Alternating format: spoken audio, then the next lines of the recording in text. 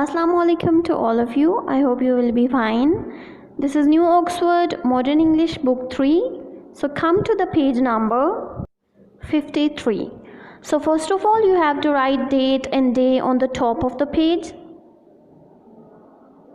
Okay, so today we are going to start unit number 6 and the title of the unit is The Flying Machine 1. The Flying Machine 1. So there are two parts of the story and today we will discuss about first part of the story, and the story is about a very talented and intelligent boy whose name was Sami, and he designed a flying machine. First of all, we have some words to know, and the first word is bald. Bald, with no hair or not much hair. With no hair or not much hair. So bald means with little or no hair on the head. As you can see in this picture, one person has not much hair on his head and the other one is totally without hair. Next word is bamboo. Bamboo, a tall plant grown in hot countries and often used for making furniture. A tall plant grown in hot countries and often used for making furniture. So bamboo is a tall tropical plant with hard stems, as you can see in this picture. And the third word is design. A plan or drawing of something that shows how it is to be made. A plan or drawing of something that shows how it is to be made. So design is the art of making plans or drawings for something. As you can see in this picture, this is the picture of flying machine designed by Sami. And the last word is tail plan. Part of the tail of an aircraft. Part of the tail of an aircraft. So tail plan is a small horizontal wing at the tail of an aircraft to provide stability. So there are two main characters of the story. First character is Sami, who designed a flying machine, and the second character is his uncle. Now let's start reading. Sami was sitting on his bed and thinking. He had a pencil and a piece of paper in his hand. He was drawing a flying machine. So one day, a little boy whose name was Sami was sitting on his bed and he was designing a flying machine on a piece of paper. Sami's design was nearly finished. It was a good design and he was very happy. At that moment, he heard a knock at the front door and ran to see who it was. "Hello, Uncle Salim," he cried. Come and see my design." So he was very happy to see his design because it was an outstanding design. And at that moment, his uncle came there and Sami was very excited because he wanted to show his design to his uncle, and the name of his uncle was Uncle Salim. Uncle Salim was old and fat and had a long moustache and a shiny bald head. So moustache means an unshaved growth of hair on the upper lip. It means moonch. Sami showed him the drawings of his flying machine. So Uncle Salim was an old bald man and he had a long moustache. So Sami was very happy and he showed his drawing to his uncle. Next is "Good drawing," said Uncle Salim with a laugh, "but it won't fly." "Why not?" asked Sami. it's too small, said Uncle Salim. He thought a little and pulled at his moustache. Besides, he continued, it's got no engine. It doesn't have an engine. So when Uncle Salim saw his design, he praised Sami, but he also said that it won't fly because it doesn't have an engine. So turn to next page. It's page number 54. Said Sami, it's a glider. I'm going to start work on it this week. Come back in 2 months and I'll give you a ride. All right, said Uncle Salim. Let's see what happens. So Sami told him that he will work on it, and he said to his uncle that kindly come back in 2 months, I'll give you a ride. Next paragraph is, over the next few days, Sami worked very hard. He collected lots of bamboo and string and a great deal of old newspaper. He borrowed a knife and a screwdriver. At the back of the house was an empty garage. So let me tell you, students, people usually mispronounce this word. It's not garage or not garage, it's garage. Garage. Sami said to his father, Father, I need a workshop. I'm making a flying machine. His father laughed. All right, he said, use the garage, but don't make too much noise. So Sami was very hard working. He collected lots of bamboo, string and old newspapers. Then he asked from his father to use an empty garage that was at the back of the house, and luckily his father gave him permission to use that garage. The next day, Sami started work. He made the wings of the glider out of the bamboo. He put screws in all the joints and tied them up tightly with string. Then he covered the wings with sheets of newspaper and fixed some wood beneath the wings. So Sami started working on it. Firstly, he made wings of the glider out of the bamboo. Then he put screws in all the joints and tied them up tightly with a string. Then he covered the wings with newspaper. Next paragraph is, Sami made a tailplane of bamboo and paper.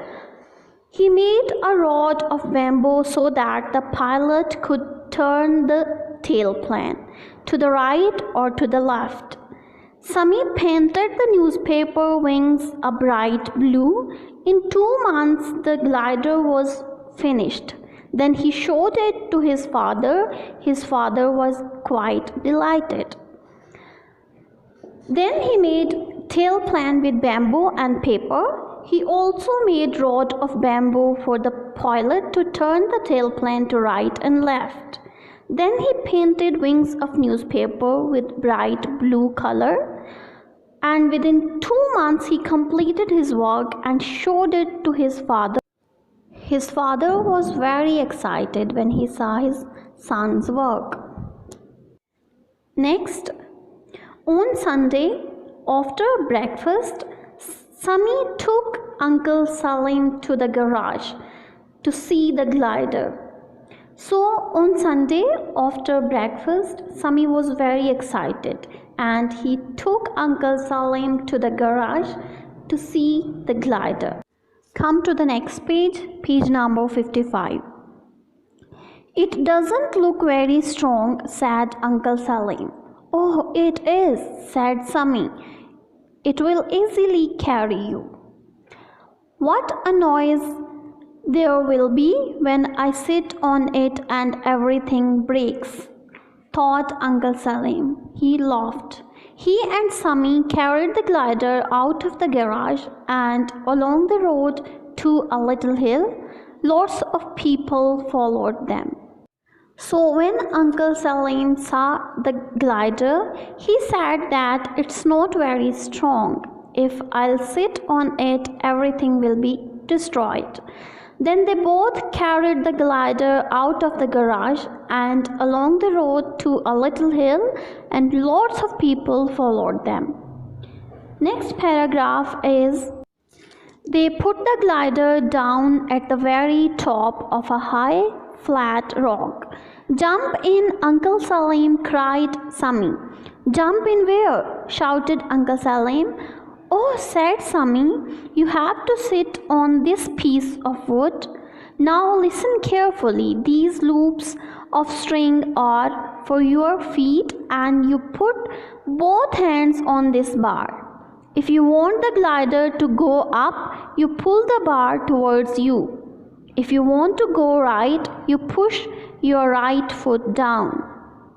Put your left foot down to go left. Can you remember all that? Then they put the glider at the top of the high flat rock, and Sami told his uncle that these loops of string are for your feet and you have to put both hands on this bar. And he also told him that if you want to go up, then pull bar towards you. And if you want to go right, then push your right foot down and put your left foot down to go left. Next and the last paragraph is, Uncle Salim smiled to himself. He knew the glider would not fly, so he was not at all frightened. He sat on the seat, put his feet through the loops of string and held tightly on to the bamboo rod. I'm ready, he said to Sami, but the glider isn't taking off. Uncle Salim laughed loudly. Now Uncle Salim smiled and he was not frightened because he knew the glider wouldn't fly. So he told Sami that I'm ready, but unfortunately the glider wasn't taking off. So he laughed loudly. So this is not the end of the story. In next lesson we will learn about the flying machine too. Turn to next page. Page number 56, part 2. Say whether the following are true or false about the story. So number 1 is A. Uncle Salim was not very heavy. So no, he was very heavy because he was very fat. So this is false and you have to write F in the given box. Number B. Sami used the garage as a workshop. So this is true. He used the garage as a workshop. Number C. Sami didn't use any screws. So no, this is false because he used many screws. Number D. Sami covered the wings with cloth. No, this is false because Sami covered the wings with newspaper. Number E. Uncle Salim thought the glider wouldn't fly. So yes, he thought that the glider wouldn't fly. So you have to write T in the given box. So next is number 3. Answer the following questions about the lines taken from the story. So the line is, at that moment he heard a knock at the front door and ran to see who it was. Question number 1 is, who ran to the front door? So the answer is Sami ran to the front door. And number B, who was at the front door? So the answer is Uncle Salim was at the front door. Question number C is, what had been finished at that moment? So at that moment Sami's design had been finished. And the last question is, what happened next? So the answer is Sami took Uncle Salim inside and showed him the drawings of his flying machine. Next is part B, working with words. A general name for boys, girls and babies is children. So number 1, find general names for the following. So we have to find out the general names for these words. Number A is beans, peas, potatoes. So the general names for these is vegetables. So let me tell you one thing again, that this is not vegetable, this is vegetables. Vegetables. Number B, lilies, roses and orchids. So these are flowers. Number C, tigers, lions and dogs. So these are animals. Number D, robins, eagles and doves. So these are birds. And number E is Argentina, Italy and Canada. So these are countries. Come to the next page. Page number 57. Part C, learning about language. So number 1, underline the verbs in the following sentences. So what are verbs? Actually, action words or doing words are called verbs. So in these sentences, we have to underline action words. Number A, the girls danced and the boys ran. So danced and ran, both words are action words. Number B, our teacher smiled when the students sang. So smiled and sang, both words are verbs. So you have to underline these words. Number C, the elephants trumpeted loudly. So trumpeted means to produce a loud sound. So in this sentence, trumpeted is verb. So you have to underline it. Next, adverbs. Some words can tell us more about the verbs in a sentence. So what are adverbs? Adverbs are actually words that tell us more about the verbs in a sentence. For example, the girls danced beautifully. The boys ran quickly. So beautifully and quickly are called adverbs. They tell us about the verbs danced and ran. Next, part 2. Which word in exercise C1C above tells us how the elephants trumpeted? So the word loudly tells us how the elephants trumpeted. So the loudly is an adverb. Turn to next page. Page number 58. Part 3. Find the adverbs in the following sentences. Number A, the teacher spoke crossly to one of the boys.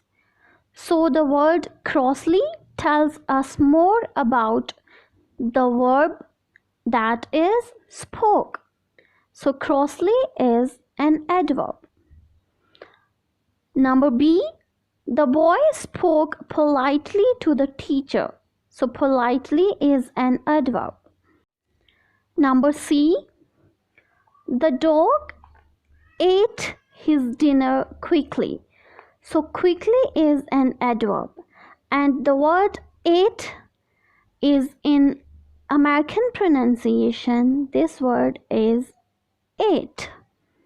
Whereas in British pronunciation, this word is ate.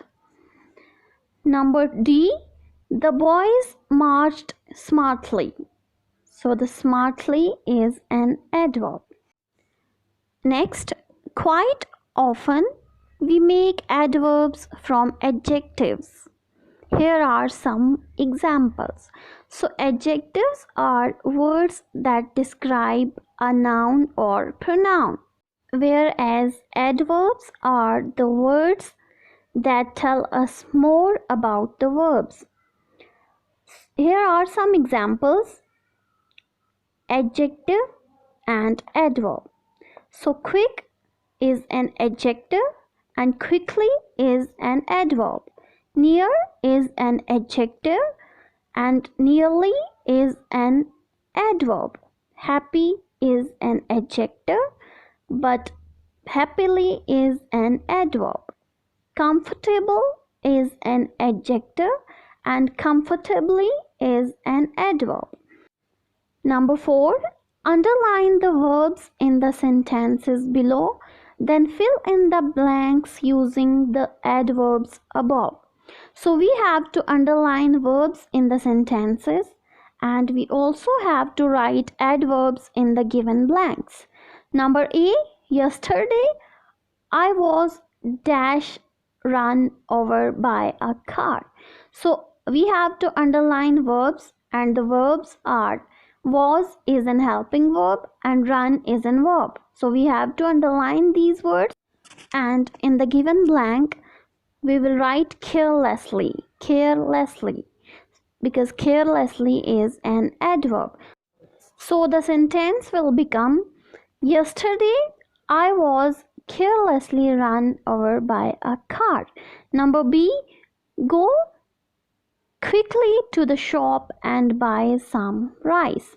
So go and buy are verbs and quickly is an adverb. Number C. My father lived happily until he was 90. So lived is a verb and happily is an adverb. Number D, and the last sentence is, my mother can sit peacefully in that chair. So sit is a verb and peacefully is an adverb. So that's it for today's class. I hope you have understood the lesson. Stay safe. Thank you so much. Allah Hafiz.